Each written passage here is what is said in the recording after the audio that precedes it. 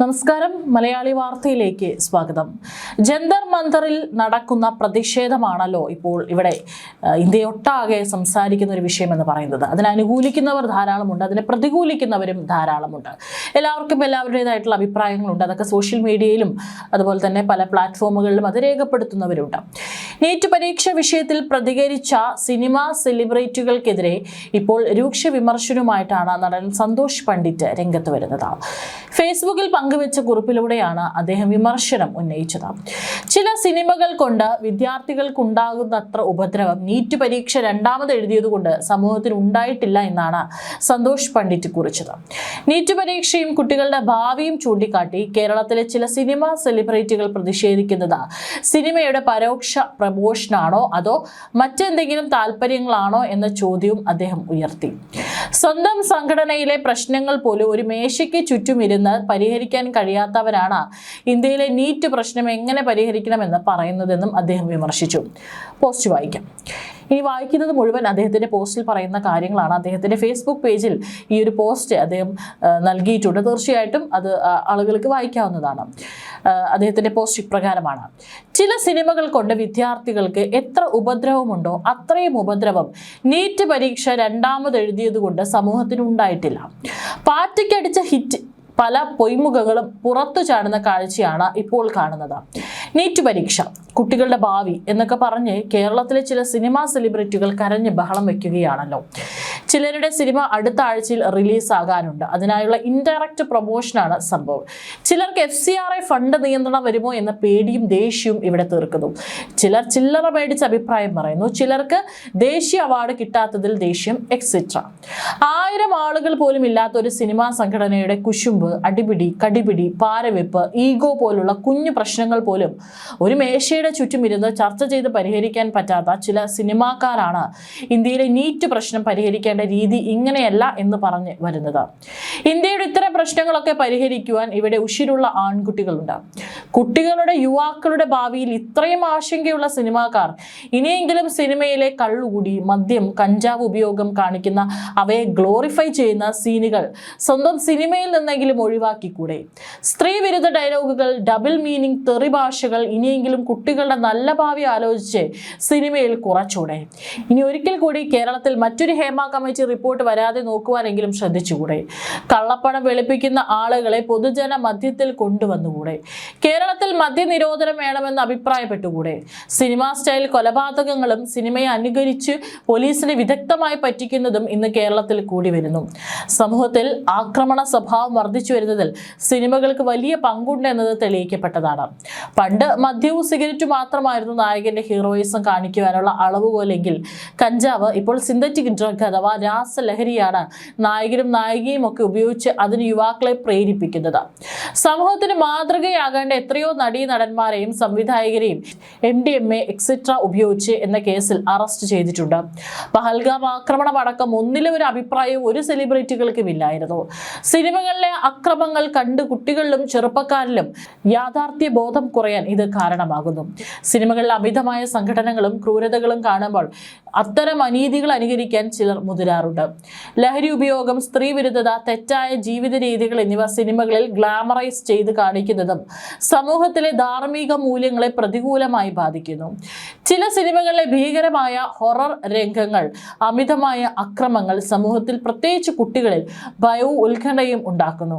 കേരളത്തിൽ ഇതിനു മുമ്പ് നടന്ന നഴ്സുമാരുടെ സമരം, ആശാ വർക്കേഴ്സിന്റെ സമരം, PSC വിദ്യാർത്ഥികളുടെ സമരം, മുനമ്പം സമരം, സഹകരണ ബാങ്കിലെ കൊള്ള, ഇതൊന്നും ഇപ്പോൾ നീറ്റിന്റെ പേരിൽ മുതലക്കണ്ണീർ ഒഴുക്കുന്നവർ കേട്ടിട്ടേയില്ല. ഇപ്പോഴത്തെ നീറ്റ് ചോദ്യപേപ്പർ ചോർച്ചയ്ക്ക് മുമ്പും ഈ ഇന്ത്യയിൽ കേരളമടക്കം എത്രയോ സംസ്ഥാനങ്ങളിൽ PSC അടക്കം പരീക്ഷകൾ റദ്ദ് ചെയ്ത് റീ എക്സാം വേണ്ടി വന്നിട്ടുണ്ട്. അപ്പോഴൊന്നും ഇതുപോലെ സെലിബ്രിറ്റികൾ അഭിപ്രായം പറഞ്ഞു കണ്ടിട്ടില്ല. അതിന്റെ ബന്ധപ്പെട്ട മന്ത്രിമാർ രാജിയും വെച്ച ചരിത്രമില്ല. CBSE central board of secondary education medical entrance നടത്തുന്ന കാലത്തും ചോദ്യപേപ്പർ ചോർച്ചയും ക്രമക്കേടുകളും ഉണ്ടായിട്ടുണ്ട്. ഉണ്ടായിട്ടുണ്ട്. പ്രധാനപ്പെട്ട സംഭവങ്ങൾ ഇവയാണ്. പണ്ട് എത്രയോ വർഷങ്ങൾക്ക് മുമ്പ് ഏറ്റവും വലിയ പരീക്ഷാ ചോർച്ച സംഭവം പരീക്ഷ നടക്കുന്നതിന് തൊട്ട് മുമ്പ് വാട്സപ്പ് വഴിയും SMS വഴിയും ചോദ്യങ്ങളും ഉത്തരങ്ങളും പുറത്തു വന്നു.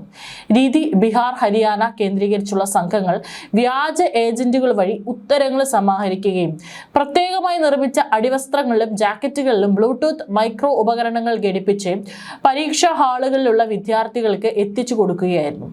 ഫലം ഹരിയാന പോലീസിന്റെ അന്വേഷണ റിപ്പോർട്ട് പരിഗണിച്ച് സുപ്രീം കോടതി AIPMT പരീക്ഷ റദ്ദാക്കുകയും ഓഗസ്റ്റ് മാസത്തിൽ CBSEയോട് റീടെസ്റ്റ് നടത്താൻ ഉത്തരവിടുകയും ചെയ്തു.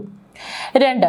AIPMT 2011-2012 ഉത്തരസൂചിക ഹൈടെക് ചോർച്ച ആരോപണങ്ങൾ പരീക്ഷ ആരംഭിച്ചതിന് തൊട്ടു പിന്നാലെ ചില കോച്ചിംഗ് സെന്ററുകളിലേക്കും മാഫിയകൾക്കും SMS വഴി ഉത്തരസൂചികൾ ചോർന്നതായി പോലീസിന് പരാതി ലഭിച്ചിരുന്നു. വ്യാജ ആൾമാറാട്ടക്കാരെ ഇരുത്തി പരീക്ഷ എഴുതിച്ച സംഭവങ്ങളും അക്കാലത്ത് രാജസ്ഥാൻ, UP തുടങ്ങിയ സംസ്ഥാനങ്ങളിൽ നിന്ന് റിപ്പോർട്ട് ചെയ്യപ്പെട്ടിട്ടുണ്ട്. 3. AIPMT 2004 ചോദ്യപേപ്പർ ചോർച്ച.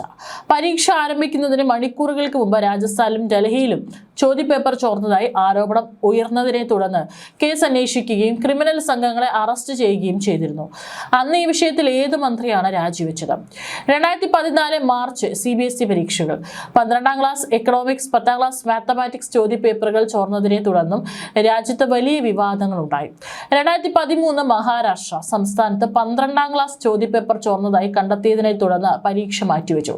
2013 മധ്യപ്രദേശ് വ്യാപം അഴിമതി. രാജ്യത്തെ തന്നെ ഏറ്റവും വലിയ പരീക്ഷാ കുംഭകോണങ്ങളിൽ ഒന്നായ വ്യാപം അഴിമതി 2013 പുറത്തു വന്നു. പ്രീ മെഡിക്കൽ ടെസ്റ്റ് ഉൾപ്പെടെയുള്ള നിരവധി സർക്കാർ റിക്രൂട്ട്മെന്റ് പരീക്ഷകളിലെ കോപ്പിയടിയും ചോർച്ചയും ഇതിൽ ഉൾപ്പെടുന്നു. 2012 ദില്ലി എയിംസ് പ്രവേശന പരീക്ഷ. All India institute of medical science നടത്തിയ പ്രവേശന പരീക്ഷയുടെ ചോദ്യപേപ്പർ ചോർന്നതായി പരാതി ഉയർന്നു. 2008 പ്രീ മെഡിക്കൽ ടെസ്റ്റ്. വിവിധ സംസ്ഥാനങ്ങളിൽ നടന്ന മെഡിക്കൽ പ്രവേശന പരീക്ഷകളുമായി ബന്ധപ്പെട്ട വലിയ തോതിലുള്ള ചോദ്യപേപ്പർ ചോർച്ച റിപ്പോർട്ട് ചെയ്യപ്പെട്ടു. 2007 all India engineering entrance examination, അതായത് AIEEE. ആ സമയത്തും ചോദ്യപേപ്പർ ചില സംസ്ഥാനങ്ങളിൽ ചോർന്നതായി വാർത്തകൾ വന്നു. 2006 CBSE അക്കൗണ്ടൻസി. 12ാം ക്ലാസ് അക്കൗണ്ടൻസി പരീക്ഷയുടെ ചോദ്യപേപ്പർ ദില്ലിയിൽ ചോർന്നു. ചോദ്യപേപ്പർ ചോരുന്ന വഴികൾ. ഇത്തരം ചോർച്ചകൾക്ക് പിന്നിൽ കോച്ചിംഗ് സെന്ററുകൾ, ഉദ്യോഗസ്ഥർ, ഏജന്റുകൾ എന്നിവരടങ്ങുന്ന ഒരു വലിയ മാഫിയ തന്നെ ഉണ്ടെന്നാണ് അന്വേഷണ ഏജൻസികൾ കണ്ടെത്തുന്നത്. പ്രിന്റിംഗ് പ്രസ്സുകൾ. ചോദ്യപേപ്പർ അച്ചടിക്കുന്ന സ്ഥാപനങ്ങളിൽ നിന്നുള്ള സുരക്ഷാ വീഴ്ചകൾ. ട്രാൻസ്പോർട്ടേഷൻ. പരീക്ഷാ കേന്ദ്രങ്ങളിലേക്ക് ചോദ്യപേപ്പറുകൾ എത്തിക്കുന്ന വഴിയിൽ വെച്ച് സീലിംഗുകൾ പൊട്ടിച്ചു ചോർത്തുന്നത്.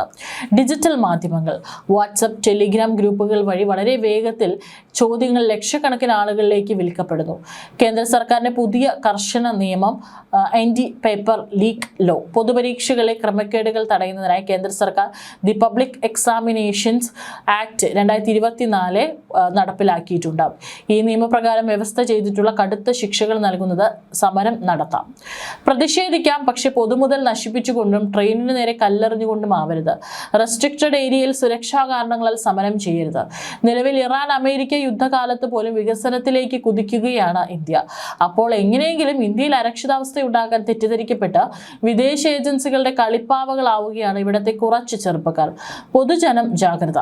ഏതായാലും നീറ്റ് എക്സാം കേസുണ്ടായ ആ മിനിറ്റിൽ തന്നെ പോലീസ് അന്വേഷണം തുടങ്ങി. CBIക്ക് നൽകി അന്വേഷണം ആരംഭിച്ചു. 13 പേരെ അറസ്റ്റും ചെയ്തു. എക്സാം ക്യാൻസൽ ചെയ്തു. റീ എക്സാം നടത്തി. അതിന്റെ റിസൾട്ടും വന്നു. മിടുക്കരായ ലക്ഷക്കണക്കിന് വിദ്യാർത്ഥികൾ പാസ്സായി.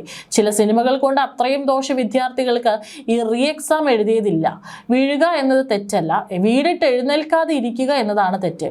ഇതും പറഞ്ഞാണ് ആ പോസ്റ്റ് അവസാനിക്കുന്നത്. ഏതായാലും ഇതിനെ അനുകൂലിക്കുന്നവർക്ക് അനുകൂലിക്കാം, പ്രതികൂലിക്കുന്നവർക്ക് പ്രതികൂലിക്കാം.